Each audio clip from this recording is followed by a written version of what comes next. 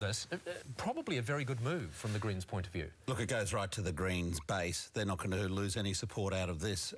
It probably is going to boost their support, if anything, certainly amongst people perhaps who are left inclined in the Labor Party who feel that Labor could have gone further on the issue. In a sense, you have, I guess, all the parties' positions reflected here.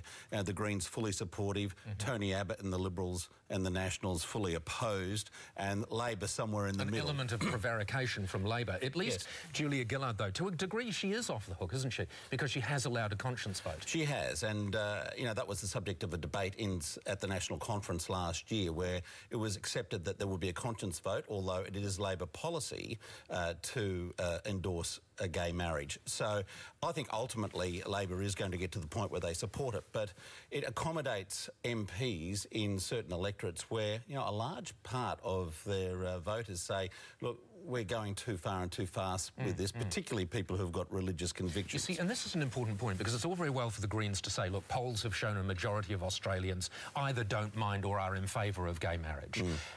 Just because it isn't a majority who are against it, it doesn't mean you shouldn't listen to them, does it? Well, this goes to the very heart of what you have to do in politics, and that is, you know, make sure that you don't lose those people in the centre who you rely on for your support normally. See, a lot of those people who would be very unhappy about gay marriage are probably traditional Labor voters in all other respects, but feel so strongly about it that they might just change their vote. That's the issue that Labor has to deal with here. Those people who would say, look, I'm with you 99% of the time, but on this issue it's so important to me, I'm not going to support you. Having the capacity to give their MPs a conscience vote on this gets it does let through them that off the issue. Hook to a degree. Indeed. Yeah. Let's talk about the Galaxy poll out this morning, which has effectively shown, has it not, that Julia Gillard as Prime Minister, as leader of Labor, has been a spectacular failure. They take a look at the three key promises: sharing the mining boom, tackling global warming, and perhaps the most dramatically bad one of all, border protection.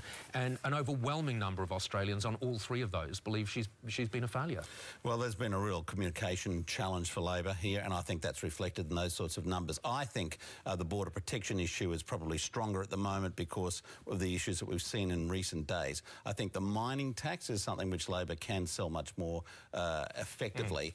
Carbon is obviously the big vexed issue.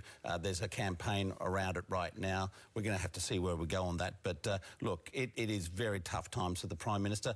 It's bad news after bad news. It is. But, you know, being overseas at the moment, at Los Cabos, at the G20, will be good for her. I'm not saying it's going to be a circuit breaker, but it will be good for her. Well, it genuinely is for Labour's, for leaders. It is. She's going to be able to talk about Greece, she's going to be able to talk about Syria, and appear to have a handle on those issues.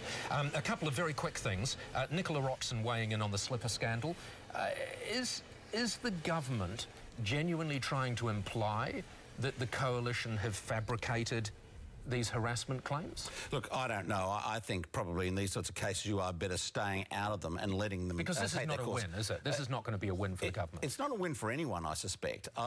On balance, I suspect it's actually going to probably drag the Slipper Ashby group into the mire more because there'll be claim and counterclaim. But I don't think anyone's going to come out of this covered, you know, in roses.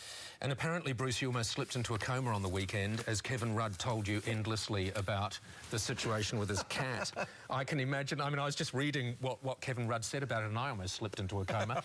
But the cat's out of trouble, apparently. He's pulling through. That's good. Jasper. Thank God for that. Jasper is very close to the hearts of a lot of Australians, actually, believe it or not. And he did tell me on the weekend that he'd spent a lot of time at the vet's hospital, running up a lot of bills, trying to look after this. He gave you a blow-by-blow, though, didn't he? It was a detailed description. Excellent, Bruce. Thank you very much for joining us. Bruce Hawker.